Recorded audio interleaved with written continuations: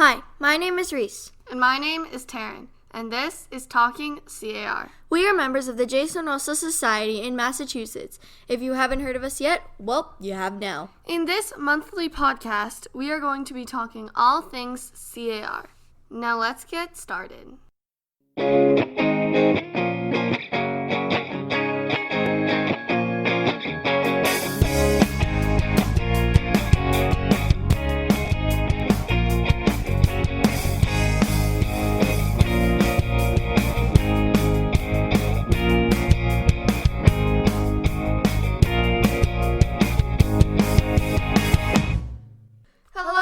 Welcome to Season 2, Episode 8 of our podcast, Talking CAR. And in this month's episode, we are going to be talking all about Paul Revere.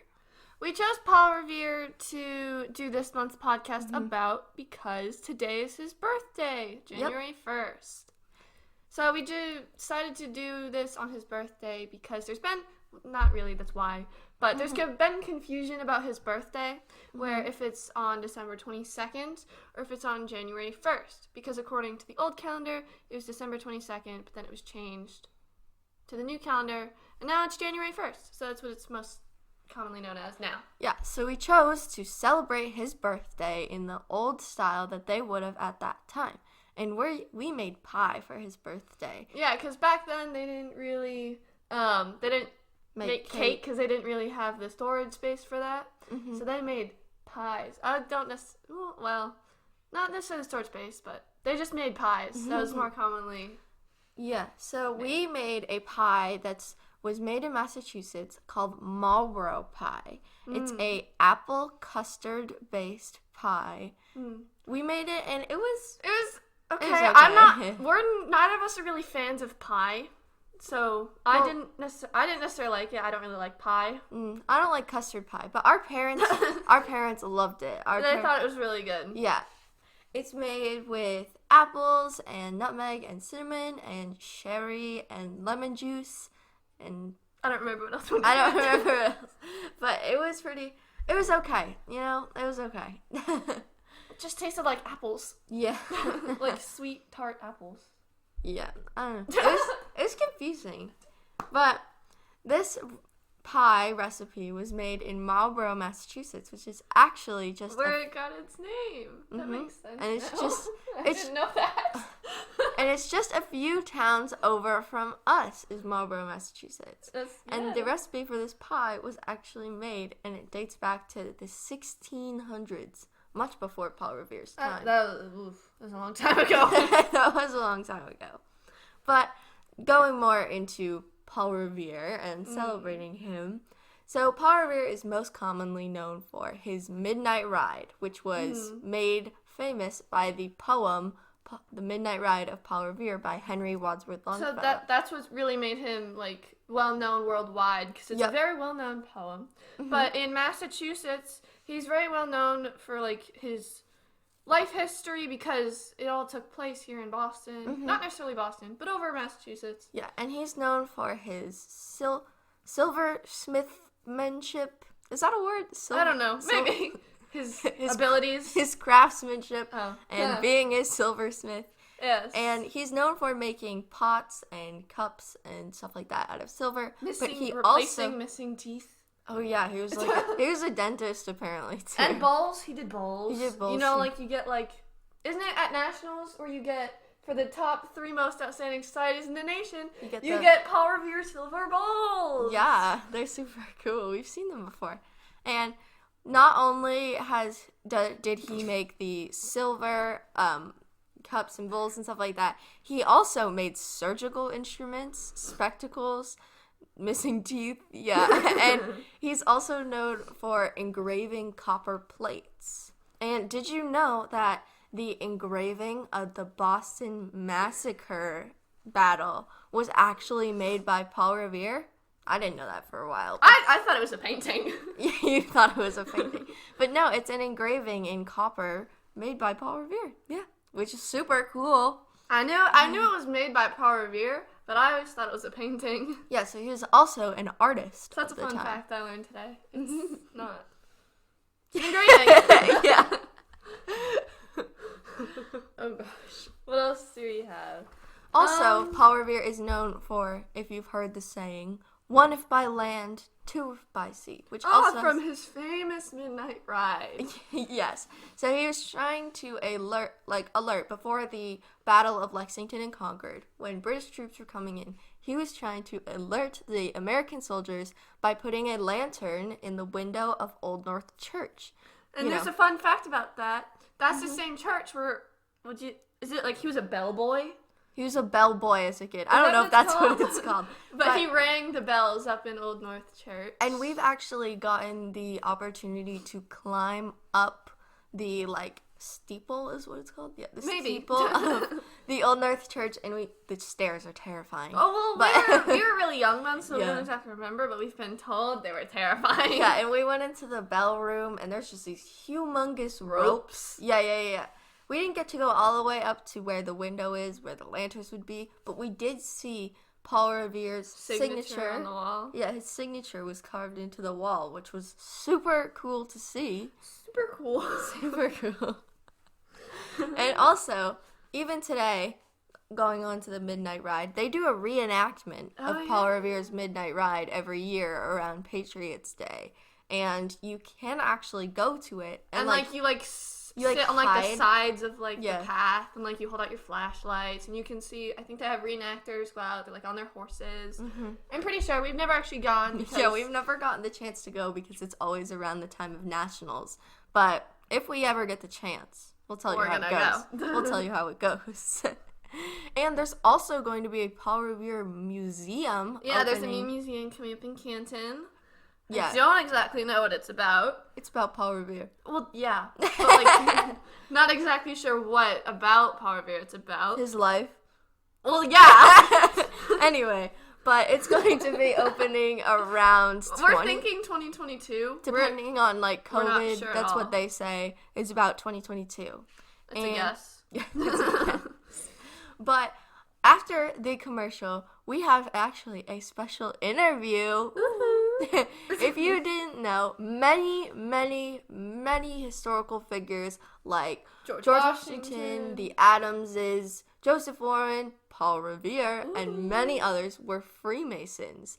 And so we're going to have a special guest, and they're going to he is going to come and talk about not Joseph Warren. Paul Revere and his Masonic history, maybe? Yeah. Something like that.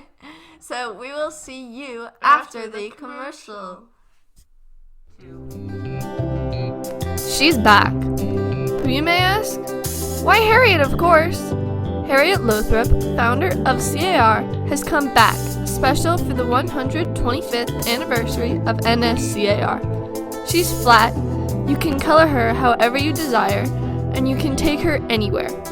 She wants to see all the things CAR members are up to today. To get your own, visit www.travelingharriet.weebly.com. Be sure to use and follow the hashtag TravelingHarriet to see all the places she goes. We hope you enjoyed the commercial, and now we're here for our special interview that's going to be all about Freemasonry. So we found the nearest Freemason we could find. Hey, Dad. Hey, Dad. Hey, what's up? So our dad, you may know him as Jim Holmes, past Senior National Corresponding Secretary for NSCAR, as well as he is also a Freemason here in Massachusetts, and he was just the District Deputy Grand Master. Correct. Past District Deputy Grand Master. Whatever it's called. So we have some questions for you that are all about Freemasonry and Paul Revere's role in Freemasonry here in Massachusetts. Fire away. So first one, what are the Freemasons? Well, Masonry is the oldest and largest fraternity in the world, really. Made up of all men. And it has been, as I said, it's been around since 1733. It's a long time ago. So just before Paul Revere was born. Yeah, just before Paul Revere was born, correct. And so what do the Freemasons do? What are they known for? Well, the Freemasons are known primarily for raising money for charity, a lot of things. really the fraternity itself is about helping men become the best man they can be. And they work Mhm. together that no matter what their station, a CEO or a ditch digger, it really doesn't matter. Everyone is equal. Mhm. But they really work together and collaborate to help raise money for charity and Mhm. try and do good deeds in the community. Yes. Mm. And Now, when did Paul Revere become a Mason? Paul Revere actually became a Mason in 1760 at the age of 26 years old. So how Here, long after? So the Masons were what year? 1733, so So 27 that's years after. okay. I was trying to do the math, but I couldn't. He was actually raised at St. Andrew's Lodge here in Boston, which was part of the Grand Lodge of Scotland at the time. Mhm. But he was, yeah, that happened right here in Boston. Oh, how fun! and we always see you guys when we're visiting your lodge. We see you guys in these like aprons and jewelry, kind of like Jewels. CAR. What are those for? Yeah, one of the things people notice mostly about Masons is you're familiar with the apron that people wear. You see George Washington, the pictures of him Mhm. when he laid the cornerstone at the Capitol. That's part of the ritual that has carried on since the early days in the 1700s. And we still do that ritual when we go through the degrees and raise a brother Mason. We use the same language that's all done by memory, the same ritual Mhm. that goes through. Not that dissimilar from CAR. Yes, we have the aprons that we wear. Yes, we have the collars and neck jewels, kind of similar to, the insignia that you guys wear That at they CAR. because they pass them down from office to office like they do in There you go. CAR. It tells what office you're Oh, in. yeah.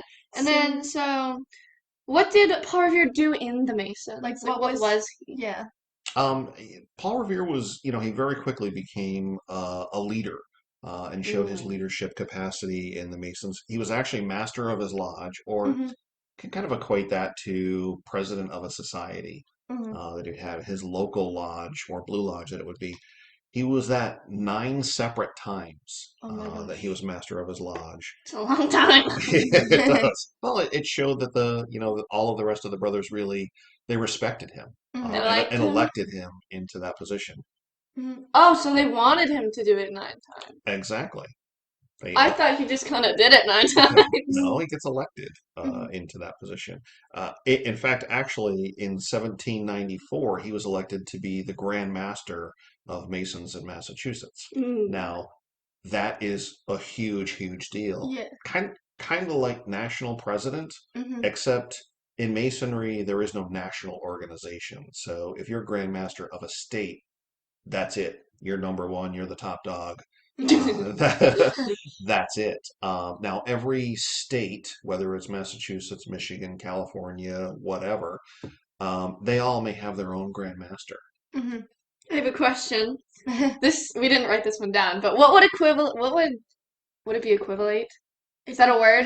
Equivalent Equivalent. What's the equivalent to a state president Would in that be like the Masons? district I deputy? just thought of that question. to a state president. Would that be a district grand deputy? Um, That's what it's yeah, called. maybe it might kind of like be the district deputy Grand Master. I was just thinking about that. I think it Okay. might. It'd be a rough equivalent. Yeah. So, what does the Grand Master necessarily do, and like, what is Paul Revere known for doing as like during his years as Grand Master? Well, it's interesting for Paul Revere to be elected. He was the second Grand Master after the unification of the lodges. Now, what the unification Mhm. was in the early 1700s, there were two parts of Masonry in Massachusetts. There was the Grand Lodge of England, which Mhm. started coming in with some of the early settlers, and the Grand Lodge of Scotland. Now, those two didn't always get along because the Grand Lodge of England was loyal to England and Mhm. made up of primarily loyalists. But the Grand Lodge of Scotland came in, and that's Paul Revere, Joseph Warren, all the people George Washington. George Washington was, and as you hear all of the Sons of Liberty and the Mhm. meetings at the Green Dragon and the foundation of the Revolution, that was made up of a lot of the Masons from the Grand Lodge of Scotland. Well, for those Hmm. two to come together after the Revolution, and that was as I said, he was in 1794. So at the end of the 1700s, he had to demand tremendous respect, really from all of the Masons. So that just really showed the type of leader that he was to get respect from both sides after those two Grand Lodges came together. So is he like the biggest? He was the biggest. He was top dog. Well, at that point in time, at that point in time, the Grandmaster, there was only one because they had unified together. But yeah, he was the top dog. But Reese, your question that's one of some of the big things that he did in 1795. Paul Revere actually laid the cornerstone in the building of the Massachusetts State House.